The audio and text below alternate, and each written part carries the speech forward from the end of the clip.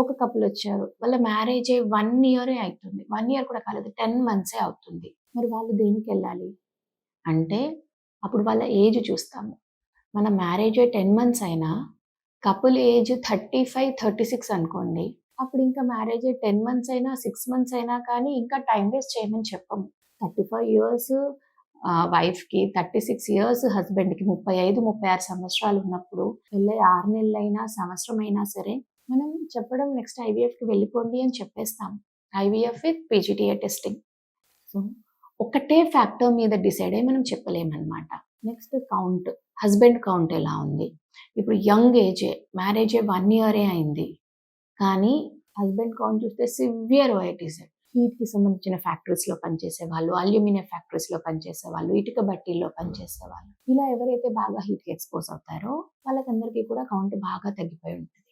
So, వాళ్ళ count మళ్ళీ improve చేయాలి అంటే వాళ్ళ జాబ్ మానేసి వేరే జాబ్‌కెళ్ళాలి. సో, జాబ్ మానేసి మనకు తెలిసిన వృత్తి మానేసి ఇంకో దగ్గరికి వెళ్ళడం అన్నది అది చాలా మట్టుకి కుదరదు. సో, అలాంటప్పుడు it's like a continuous process. మనకెన్ని మందులిచ్చినా కూడా కంటిన్యూయస్‌గా ఎక్స్‌పోజ్ అవుతూనే ఉంటారు కాబట్టి వాళ్ళకి కూడా ఐవీఎఫ్ అడ్వైస్ చేస్తాము.